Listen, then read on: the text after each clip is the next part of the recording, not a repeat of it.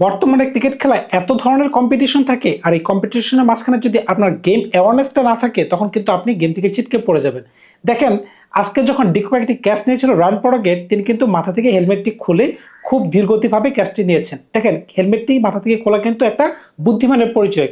ওই হেলমেটটি থাকার কারণে যদি ক্যাচটি পড়ে যেত তখন কিন্তু একটু কলকাতার জন্য বিপদ হইতে পারত। জিনিসটি কিন্তু গেম অ্যাওয়ারনেসের একটা অংশ। আবার দেখেন, 17তম ওভারে সম্ভবত দ্বিতীয় ইনিংসের কথা বলতেছি, যখন কলকাতা ব্যাটিং করতেছিল তখন যখন থিকসারা বোলিং করতেছিল, যখন এলবিডব্লিউ একটা আবেদন করা হয়, কিন্তু এলবিডব্লিউ না হলেও কিন্তু জফরা আর্চার কিন্তু সুন্দর একটি থ্রো করেছিলেন অপর প্রান্তে। যদি থিকসারা বলটি সুন্দর করে ক্যারি করে স্ট্যাম্পে লাগাইতে পারতেন, উইকেট কিন্তু পড়তে পারতো। তখনও কিন্তু 24 বলে 27 রানের প্রয়োজন ছিল, কিন্তু থিকসারা ওইটি কাজে লাগাইতে পারেনি। বিনিময়ে কি হলো, অনবদ্য একটি ইনিংস খেলো ডিকক 97 রানের, এবং কলকাতা 8 উইকেটে একটি সহজ জয় পেয়ে গেল। বুঝতেই পারতেছেন আজকের ম্যাচে ব্যাটে বলেন বলে বলেন কলকাতা বিধ্বংসী ছিল। বিগত দিনের খেলা যদি আপনারা খেয়াল করে থাকেন, যেখানে পাঞ্জাবের 65 রানে 5 উইকেট পড়ে গিয়েছিল, সেই খেলাটি কিন্তু পাঞ্জাব জয়লাভ করেছিল। এক পর্যায়ে একটা ব্যাটসম্যান কিন্তু যেখানে 20 বলে 20 রান করছিল, তিনি কিন্তু 31 বলে 66তে যে অনবদ্য ছিলেন। বুঝতেই পারতেছেন ক্রিকেটে কিন্তু যে কোনো সময় মোমেন্টাম ঘুরে যেতে পারে, সুতরাং আপনাকে হাল ছাড়লে হবে না। গতকালে আরেকটি ম্যাচ সম্ভবত যেখানে 11 রানে একটি দল জয়লাভ করছে, সেখানে কিন্তু 2টা বল যদি তারা মারতে পারতো, তারা কিন্তু খেলার জয় হতে পারতো। তো ক্রিকেট কিন্তু খুব অল্প সময়ের মাঝখানে খেলাটি ঘুরে যায়। তো আপনাকে গেম অ্যাওয়ারনেসের মাঝখানে থাকতে হবে।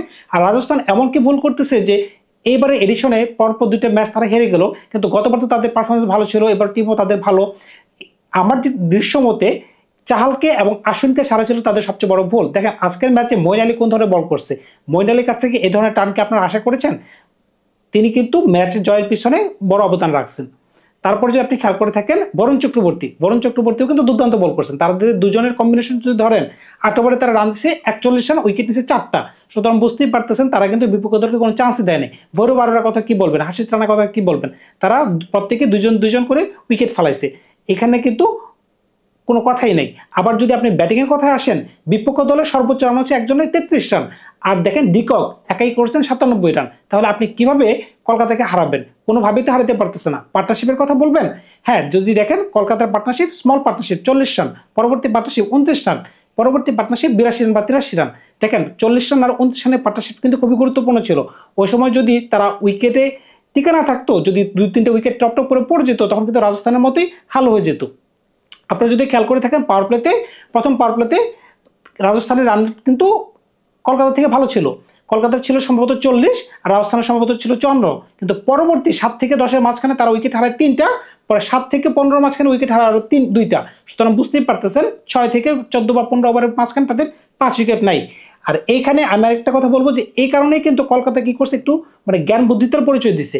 তারা জানে টার্গেটটা কতটুকু, এত তাড়াহুড়া করে না। আর ডিককের মতো ব্যাটসম্যান যদি একবার ক্রিজে স্থির হয়ে যায়, তখন কিন্তু আর কোনো বলারই কোনো খানা নাই। দেখেন জফরা আর্চার যে কিনা প্রথম ওভার দুর্দান্ত একটা বল করছে, কিন্তু এর পরের 2টি ওভার বা 3টি ওভার যাই ধরেন না কেন, তিনি আর কোনো চান্সই পায় নাই। ডিকক যেভাবে তিনি ব্যাটিং করেছেন, তিনি আর কোনো চান্সই দেন। আমার মনে হচ্ছে না এবারে আসলে জফরা আর্চার এমন ধরনের কোনো ভূমিকা পালন করতে পারবে। গত ম্যাচের যদি আপনি তার বোলিং দেখেন, 4 ওভারে 76 রান, 0 উইকেট, একদম তুলোধনা করে ফেলছে। আজকের ম্যাচেও তার তেমন কোনো ইম্প্যাক্ট নাই। সুতরাং তাকে দিয়ে, হ্যাঁ, তিনি কিন্তু আজকের ম্যাচে ব্যাট হাতে একটু ভালো খেলেছিলেন। তিনি সম্ভবত 2টি 6 মেরে একটু রান থেকে পুশ আপ করেছিলেন। আদারওয়াইজ কিন্তু রান কিন্তু 130-এর কোঠায় থাকে, এটি তার একটু অবদান রয়েছে। আদারওয়াইজ আপনি কোনো অবদান পাবেন না। কিন্তু তাকে কিন্তু ব্যাটসম্যান হিসেবে দলে নেওয়া হয়নি, তাকে নেওয়া হয়েছে কিন্তু বোলিং করার জন্য। তিনি যদি বলাতে উইকেট না ফেলাইতে পারেন, তাহলে কিন্তু তার দলে জায়গা থাকা না থাকা সমান। আরেকটা খেয়াল যদি করে থাকেন, আজকে আর কি করছে, হাসানকে 5 নম্বরে ব্যাটিং করতে দিয়েছে, কিন্তু হাসানকে 5 নম্বরে খেলার যোগ্য তিনি জীবনেও আইপিএল ইতিহাসে 5 নম্বরে খেলে নাই। এগুলো হচ্ছে ছোট ছোট ভুল। তারপরে নিতেশ রানা, সারা জীবন আমরা তাকে দেখে আসলাম কলকাতার মাটিতে বা কলকাতার হয়ে তিনি 3 নম্বরে ব্যাটিং করতেছেন, কিন্তু রায়ান পরাগ কি কারণে নিজে 3 নম্বরে খেলতে চাইতেছে সেটা কিন্তু আমার বোধগম্য না। তিনি যেহেতু 3 নম্বরে অভ্যস্ত, তাকে 3 নম্বরে খেলতে দেওয়া উচিত। আজকে কলকাতার ব্যাটিংয়ে যদি খেয়াল করে থাকেন, যেহেতু সুনীল নারায়ণ অনুপস্থিত, কিন্তু দেখেন মঈন আলীকে কিন্তু তারা ক্যারি করে গেছে ওই জায়গায়, কারণ তারা জানে যখন সুনীল নারায়ণ ফিট হয়ে যাবে, সুনীল নারায়ণ কিন্তু চলে আসবে, সুনীল নারায়ণ কিন্তু ওপেনিং করবে। ভেঙ্কটেশ আয়ারকে কিন্তু তারা ওপেনিং করতে দেয় নাই, কিন্তু আমরা কিন্তু সবাই ধরে রেখেছিলাম যে ডিককের সাথে ভেঙ্কটেশ আয়ার আসবে, কিন্তু না, মঈন আলী চলে আসলো। এটা কিন্তু কি প্রমাণিত করলো যে তারা প্ল্যানে স্ট্রিক্ট আছে, কিন্তু এইভাবে কিন্তু তারা কিন্তু প্ল্যানে স্ট্রিক্ট নাই। গতকালের খেলাকে আপনাদের মনে আছে, যেখানে বৈশাখ 2টি ওভার টানা করেছেন, যেখানে 10টি রান দিয়েছেন, তাকে সঙ্গ দিয়েছেন মার্কো ইয়ানসন। 3 ওভারে কিন্তু খেলা গড়ে গেছিল, 3 ওভারে 18 রান, যেখানে এর আগ পর্যন্ত তুলোধনা করে ফেলছিল সকল বলারদেরকে। এই হচ্ছে ইম্প্যাক্ট প্লেয়ারের ইম্প্যাক্ট। আজকে যে ইম্প্যাক্ট প্লেয়ার হিসেবে রাজস্থান শুভমকে নামাইলো, কোনো ধরনের ইম্প্যাক্ট কি তিনি রাখতে পারছেন?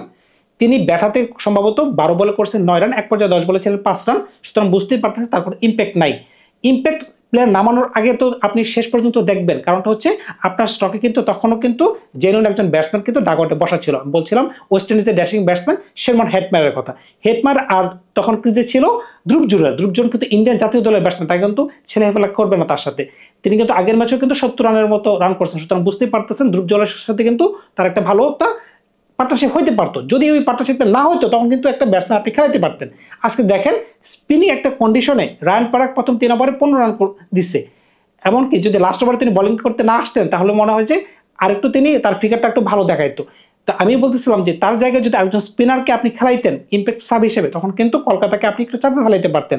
দেখেন মঈন আলী যে ধরনের বোলিং করছে, সুতরাং বুঝতেই পারতেছেন আজকে স্পিনারের একটা অভাব ছিল। আর স্পিনারের কথা যেহেতু চলে আসছে, আমি আগেও মেনশন করেছিলাম রবিচন্দ্র আশ্বিন আর চাহাল এই দুজনকে ছাড়া ছিল তাদের চরম ভুল। তারা যদি তাদেরকে রিটার্ন করে রাখতো বা সামাও যেভাবেই তারা অকশন থেকে যদি তাদেরকে কিনতে পারতো তাহলে কিন্তু এই অবস্থাটা হয় না। আর ব্যক্তিগত মতামত হচ্ছে বিশেষ করে রাজস্থানকে নিয়ে তাদের কোনোভাবেই উচিত হয় নাই জস বাটলারকে ছাড়া। কারণ জস বাটলার এমন একজন প্লেয়ার, গতকালকে ম্যাচটা যদি খেয়াল করে থাকেন, যদি তিনি শেষ পর্যন্ত খেলতে পারতেন একটা আশা তিনি রাখতে পারতেন। কিন্তু বৈশাখ যে ধরনের বোলিং করেছেন এটার কারণে কিন্তু ম্যাচটি তারা হেরে গেছে গুজরাট। কিন্তু তাছাড়া কিন্তু তিনি দুর্দান্ত খেলেছেন। আজকের ম্যাচটিতেও যদি তিনি থাকতেন কিন্তু তিনি ভালো খেলতেন, তাকে কিন্তু ছাড়া উচিত হয় নাই। তারা কিন্তু মেন 3 জন প্লেয়ারকে ছেড়ে দিচ্ছে। এক হচ্ছে জস বাটলার, বোলিংয়ে তারা আশ্বিন এবং চাহালকে ছেড়ে দিচ্ছে। এইটা তাদের একদম বোকামি হয়ে গেছে। এখন দেখেন টপ অর্ডারে তাদের কিন্তু কোনো ভালো কোনো মানে ফরেন ক্যাটাগরি ব্যাটসম্যান নেই, ইন্ডিয়ান ব্যাটসম্যান রয়েছে। আপনারা যদি বলেন যে সঞ্জু স্যামসন ইন্ডিয়া জাতীয় দলের ওপেনার, এখন 3টা সেঞ্চুরি তিনি করেছেন। জয়সওয়াল কিন্তু দুর্দান্ত খেলেন। রায়ান পরাগ ইন্ডিয়ান টিমের সদস্য, ধ্রুব জুরেল ইন্ডিয়ান টিমের সদস্য। এই হিসাব করলে কিন্তু তাদের ব্যাটিং ভালো।